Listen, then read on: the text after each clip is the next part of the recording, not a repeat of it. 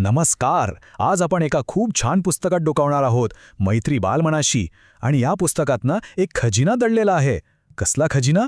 तर गाण्यांचा, जो शिक्षक आणि पालकांसाठी खूपच मोलाचा आहे.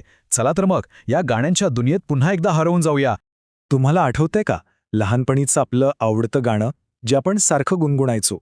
प्रत्येकाच्या मनात असं एक तरी खास गाणं असतंच, नाही का? या गाण्यांनीच तर आपलं बालपण समृद्ध केलंय. आज आपण अशाच काही सुंदर गाण्यांमधून शिकण्याची प्रक्रिया कशी सोपी आणि मजेशीर होते हे पाहणार आहोत.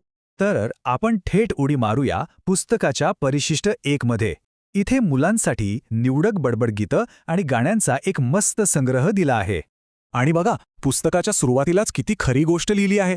कधी कधी आपल्याला वेळेवर गाण्याचे शब्द आठवत नाहीत. हे तर किती वेळा होतं, खास करून शिक्षकांसाठी, म्हणजे आपल्या ताईंसाठी.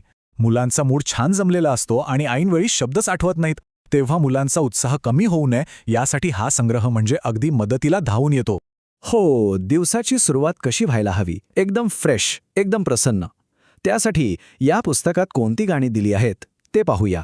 आणि सुरुवात होते एका सुंदर प्रार्थनेने. हीच अमुची प्रार्थना अन हेच अमुचे मागणे, माणसाने माणसाशी माणसासम वागणे. वा, माणुसकी आणि एकतेसारखं मोठं मूल्य लहान मुलांपर्यंत पोहोचवायला या संगीतापेक्षा सुंदर माध्यम दुसरं काय असू शकतं, नाही का?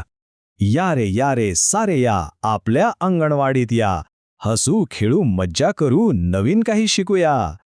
हे स्वागत गीत ऐकल्यावर मुलांना किती छान वाटत असेल, एकदम सुरक्षित आणि आनंदी. मग मन आपोआपच नवीन गोष्टी शिकायला तयार होतं. बरं, छान सुरुवात तर झाली. आता पुढे काय? आता वेळ आहे आरोग्य आणि स्वच्छतेच्या काही महत्त्वाच्या सवयी लावण्याची. आणि हो, त्यासाठी सुद्धा गाणी आहेत. आता हेच बघा, नखे कापा बोटातली, घाण जाईल पोटातली, पोटात होईल गडबड, मग थांबेल तुमची बडबड. किती गंमत आहे ना? नियम जेव्हा असे गाण्याच्या रूपात येतात तेव्हा ते ओझं वाटत नाहीत, उलट एक खेळच वाटतो. स्वच्छतेचे धडे द्यायची ही किती सोपी आणि मजेशीर पद्धत आहे.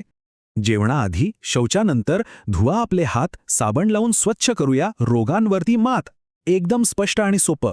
ह्या ओळींमुळे हात धुण्यासारखी एवढी महत्वाची सवय मुलांच्या कायम लक्षात राहते. खरंच, संगीत म्हणजे आठवणींची किल्लीच आहे.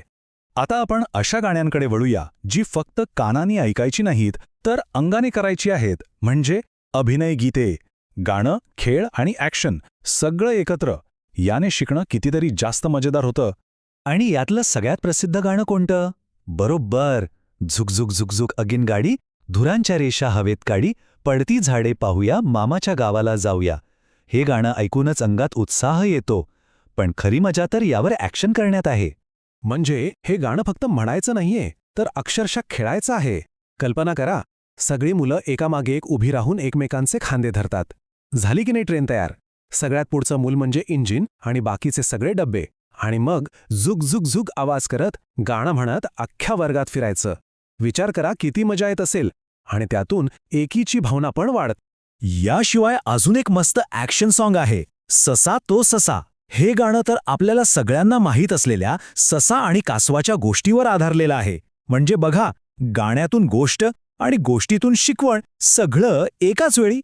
बरं, आता काही गाणी बघूया जी निव्वळ गमती जमतीसाठी आहेत किंवा ज्यातून अंक ओळख सारख्या महत्त्वाच्या गोष्टी शिकवल्या जातात. लहानपणीचं हे सगळ्यात आवडतं स्वप्न.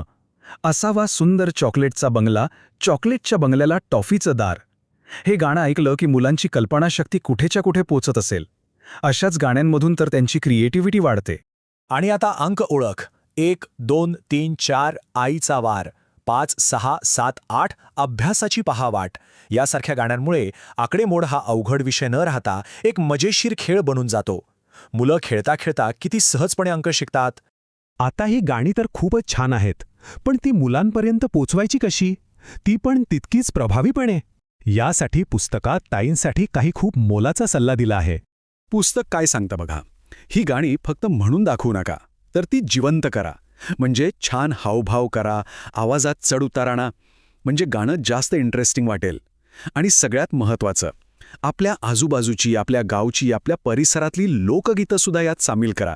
याने मुलांना एक आपलेपणा वाटतो. हा सगळा गाण्यांचा खजिना बघितल्यावर ना, एक विचार मनात येतो. आजचा काळ बदलला आहे, मुलांचे अनुभव बदलले आहेत. तर मग आजच्या मुलांना शिकवण्यासाठी आपण कोणती नवीन तितकीच भन्नाट गाणी तयार करू शकतो. विचार करण्यासारखी गोष्ट आहे नाही का?